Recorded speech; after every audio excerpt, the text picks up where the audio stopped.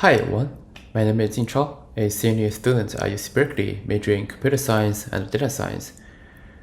Today I'm going to walk you through our file conversion router about what it does, how it works, and how you can use it. Let's start with the types of files our router can handle. Currently, we support three main types: PDFs, videos, and markdowns. Each file type is processed differently to best extract and structure the content. For example, from our PDF converter, when it is provided with a PDF input file, as this one, it can output a markdown file in this format, as well as a pico file. I'm gonna explain more about that pico file later. While for the video converter, it includes some additional information, such as timestamp. So for more detail of how this specific converter works, they are available in these videos, so please check them out. While for this router itself, it defines the contracts that those converters need to follow. For example, the input type and the output type. It also defines the methods that need to be implemented by the converters. In our case, they are to markdown and to page. So essentially, it means that for any converter, they need to inherit this base class and implement these two abstract methods, which wrap up the conversion logic in it and produce the expected output values. This router also includes some common behavior for every converter, which I'll explain later. And finally, this router helps walk through the folder and recognize all the file type with the and apply the corresponding correct converter, and finally generates all the output results into a specified output folder. And for every converter, they use a file path as the input. Once a file is processed, it generates two types of output.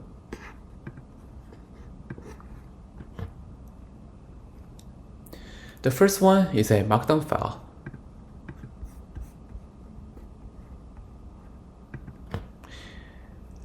Which is a great option for structured documentation.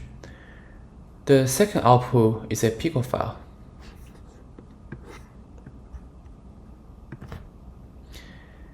Which is a more specialized. This file format is used primarily in Python to serialize and deserialize a Python object structure. And in our case, a pico file, it chunks the markdown content.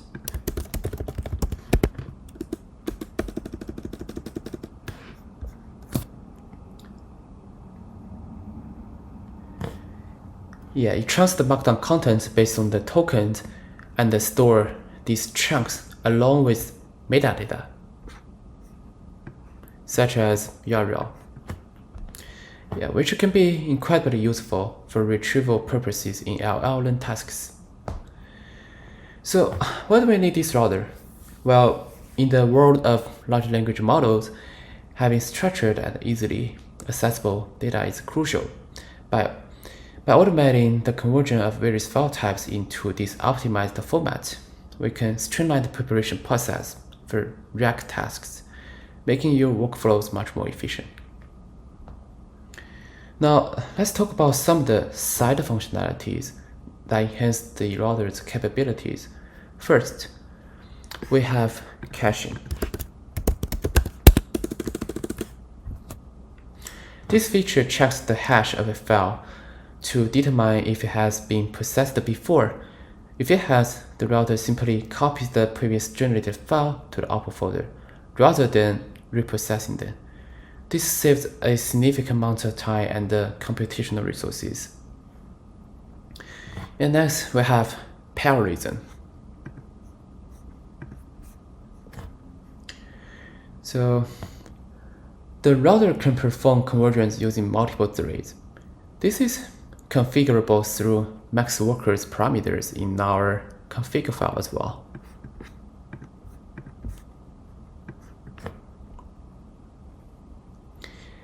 And please note that it's important to select a suitable number of workers based on your system's capabilities to prevent memory issues and other problems.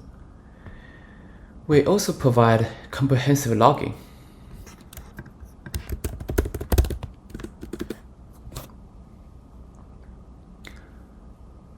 So this is crucial for debugging and ensuring that everything is running smoothly. Our logs will tell you everything from which file was converted, about its input, its output, how much time is spent on each conversion, whether it was cached,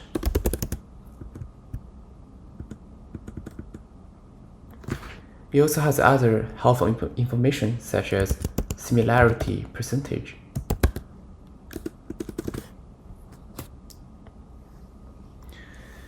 The key configurations are available in the config.ni file. So this allows you to enable or disable the usage of a specific converter. And you are also able to change the settings for each converter. It's just a convenient way to customize the router's behavior without diving into the code.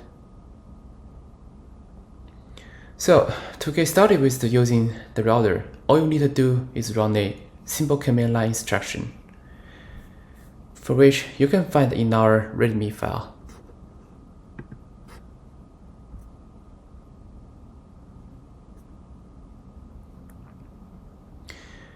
This command essentially passes arguments into the API.py file.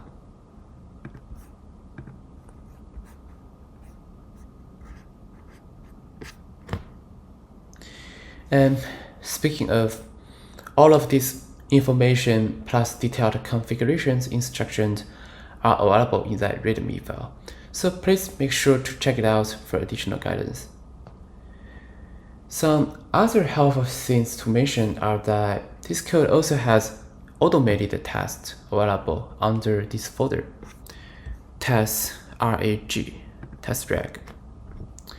You can check this out to see examples of expected input and output. All the test cases are registered inside this YAML config file, where you can see the expected input, output in the integration test, and as well as the unit tests for each specific converter. And for sure, they are not just the standalone files, they are runnable.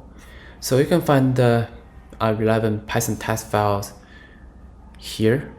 For example, for the test PDF converter, you can see how we load configurations from the config and then run a helper function to test against it to see if any file is missing, if any file contents is wrong. Just check the code for more information. We also have a CI on GitHub action.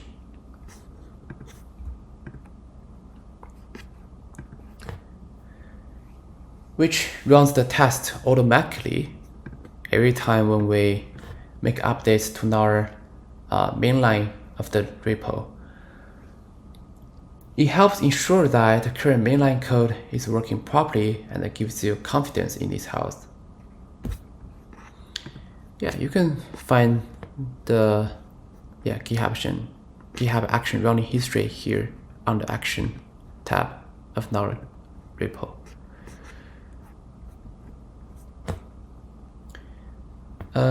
Alright, so thank you for watching this tutorial. I hope it help you understand and utilize the file conversion router effectively.